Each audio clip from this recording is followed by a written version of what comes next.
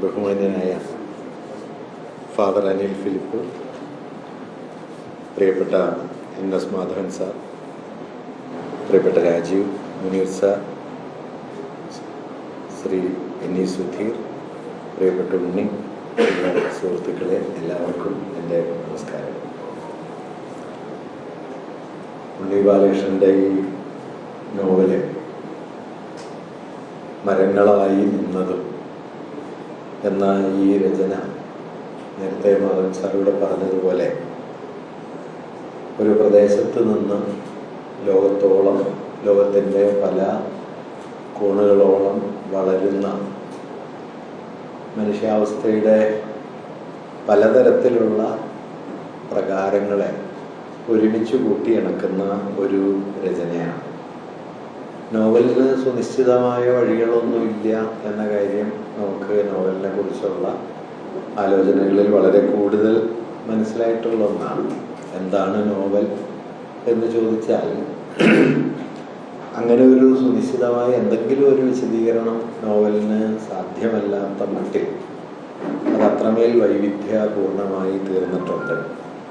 പദ്യത്തിലുള്ള നോവലുകൾ, നമ്മുടെ കാലത്ത് വിക്രം സേത്തിനെ പോലുള്ള ആളുകളും വളരെ മുമ്പ് പുഷ്കിനെ പോലുള്ള ആളുകളുമൊക്കെ പദ്യത്തിൽ വരെ നോവലുകൾ പരീക്ഷിച്ചു നോക്കുകയും നോവലിൻ്റെ രചനാരീതിയെ പല രൂപത്തിൽ അത് മാറ്റുകയും ഒക്കെ ചെയ്തിട്ടുണ്ട്.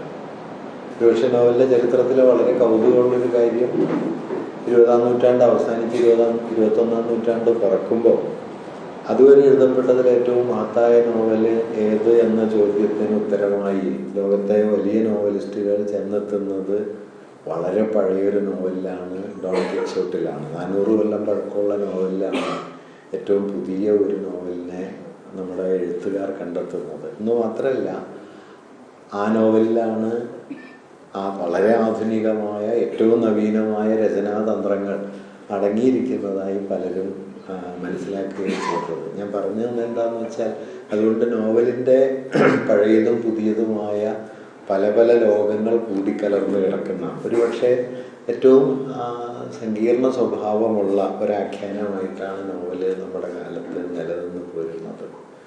അതിൽ ഒരു സവിശേഷ മേഖല, ഒരുപക്ഷെ മലയാളത്തിൽ എനിക്കറിയില്ല, ഈ ചുണ്ടൻവള്ളങ്ങളെയും അതിൻ്റെ നിർമ്മാണ ചരിത്രത്തെയും അതിൻ്റെ പ്രാദേശിക അനുഭവങ്ങളെയും ഒക്കെ കൂട്ടിയിണക്കി മറ്റൊരു രചനയുണ്ടോ എന്നത് ഞാൻ ശ്രദ്ധാപൂർവം മനസ്സിലാക്കിയിട്ടില്ല, എൻ്റെ ധാരണയിലില്ല. എന്ന് മാത്രമല്ല, ഒരുപക്ഷെ ഈ നോവലിൽ എനിക്ക് കൗതുകകരമായി തോന്നിയ ഒരു കാര്യം മാത്രമേ ഞാനിവിടെ സൂചിപ്പിക്കുന്നുള്ളൂ. അത് ഇത്രമേൽ വിപുലമായ ഒരു അനുഭവ ലോകത്തെ, ഭൂഖണ്ഡങ്ങൾ താണ്ടിക്കടന്നു പോകുന്ന അനുഭവ ലോകം, പല വംശങ്ങൾ, പല പാരമ്പര്യങ്ങൾ, പല ജീവിതക്രമങ്ങൾ, ഇതെല്ലാം കൂടിക്കലർന്നു പോകുന്ന താരതമ്യേന വളരെ വിസ്തൃതമായ ഒരു ആഖ്യാനത്തിന് വകയുള്ള ഒരു പ്രമേയത്തെയാണ് ഏതാണ്ട് ഒരു 130 പേജുകളിലേക്ക് ഉണ്ണിയിൽ ചുരുക്കി എഴുതുന്നത്. അതും ഒരു സവിശേഷതയായിട്ട് തോന്നി. കാരണം നോവൽ അടിസ്ഥാനപരമായി മാധവൻ സാറിലൂടെ പറഞ്ഞതുപോലെ ചരിത്രം എഴുതാനുള്ള ഒരു ശ്രമം തന്നെയാണ്. ചരിത്രം എഴുതാൻ നോവൽ എങ്ങനെയാണ് ശ്രമിക്കുന്നതെന്ന് ചോദിച്ചാൽ, ചരിത്ര വസ്തുതകൾ എന്ന നിലയ്ക്ക് പുറത്ത് കാണുന്ന കാര്യങ്ങളെ മറ്റൊരു കഥയായിട്ട് ഇപ്പുറം പറഞ്ഞുകൊണ്ടല്ല. അത് നോവലിലെ ചരിത്രത്തിൻ്റെ വളരെ സ്ഥൂലമായൊരു രൂപമാണ്. വാസ്തവത്തിൽ നോവലിലെ ചരിത്രം സൂക്ഷ്മമാകുന്നത് ചരിത്രത്തിൻ്റെ ഒരു ആഖ്യാന യുക്തിയിൽ ഇടം കിട്ടാൻ സാധ്യതയില്ലാത്ത അതിലെ ഭ്രംശങ്ങളെ, അതിലെ പിളർപ്പുകളെ, അതിലെ വൈരുദ്ധ്യങ്ങളെ ഒക്കെ നോവല് പുറത്തു കൊണ്ടുവരുന്ന, അത് കലയുടെ ഒരു പൊതു സ്വഭാവമാണ്. കല ചരിത്രമായിത്തീരുന്നത് ചരിത്ര പുസ്തകങ്ങളിൽ കാണുന്ന വസ്തുതകളെ കഥയാക്കി അവതരിപ്പിക്കുന്നു എന്ന നിലയിലല്ല, മറിച്ച് നമുക്ക് നമ്മുടെ യുക്തിയുടെയും ആഖ്യാനത്തിൻ്റെയും നേർവരയിൽ തെളിയാത്ത ഇടങ്ങളെ, അതിലെ ഭ്രംശങ്ങളെ പുറത്തു കൊണ്ടുവരിക എന്നുള്ള ഒരു രീതിയിലാണ് വാസ്തവത്തിൽ നോവലിൻ്റെ ചരിത്രത്തെ മനസ്സിലാക്കേണ്ടതെന്ന് തോന്നുന്നു. ആ നിലയിലൊരു ചരിത്രാംശം വാസ്തവത്തിൽ ഇതിലുണ്ട്. അത് യുക്തിപരമായൊരു ചരിത്ര വിശദീകരണത്തിൽ നിൽക്കുമെന്ന് ചോദിച്ചാൽ നിൽക്കണമെന്നില്ല. ഇപ്പോൾ പരന്ത്രീസുകാരെ തേടിയുള്ള യാത്ര, പുറത്തേക്കുള്ള ഈ നോവലിലെ സഞ്ചാരകഥകൾ, അതിലുള്ള മായികമായ അനുഭവങ്ങൾ, ഇവയൊക്കെ തമ്മിൽ യുക്തിപരമായി പൊരുത്തപ്പെട്ട് നിൽക്കുന്ന ഒന്നല്ല. പക്ഷേ യുക്തിയുടെ ക്രമങ്ങൾക്ക് കുറുകെ പോകാനുള്ള മനുഷ്യരുടെ മാനസികമായ വാഞ്ചകളെ തൻ്റെ നാടിൻ്റെ ഒരു ചരിത്രത്തിലേക്ക് ചേർത്ത് വെച്ചുകൊണ്ടാണ് ഉണ്ണി ഇത് എഴുതുന്നത്. ആ നിലയിൽ അതിൽ 2 ഘടകങ്ങൾ അന്യോന്യം കൂടിക്കലർന്ന് നിൽക്കുന്നുണ്ട് എന്ന് തോന്നുന്നു. ഒന്ന്, തൻ്റെ സ്വത്വത്തെ തിരിച്ചു പിടിക്കാനുള്ള, ഇപ്പോൾ മോഡേണിസത്തിൻ്റെ ഏറ്റവും പ്രധാനപ്പെട്ട തീമുകളിലൊന്നായിട്ട് പലപ്പോഴും പറയാറുള്ളത് return to the native land എന്ന, ഹോം ലാൻഡ് എന്നുള്ളൊരാശയമാണ്. തൻ്റെ വേരിലേക്ക്, നാട്ടിൽ പാർക്കാത്ത ഇന്ത്യക്കാരാണല്ലോ എല്ലാവരും, അവരവരുടെ വേരറ്റു പോകുന്നു. ആ വേര് തേടിയുള്ള യാത്ര എന്നത് മനുഷ്യാവസ്ഥയുടെ ഒരു ഘട്ടം കഴിഞ്ഞാൽ മനുഷ്യർ ചെന്നുപെടുന്ന ഒരു പ്രധാനപ്പെട്ട സ്ഥലമാണ്. അങ്ങനെ വേരിലേക്കുള്ള ഒരു യാത്ര, നേരത്തെ പറഞ്ഞ നാട്ടുകരയായിട്ടും ആറന്മുളയായിട്ടും ചുറ്റുവട്ടങ്ങളായിട്ടും അവിടെയുള്ള തൊഴിലായിട്ടും മനുഷ്യരായിട്ടും ഐതിഹ്യങ്ങളായിട്ടും ഒക്കെയുള്ള ഒരു ലോകം.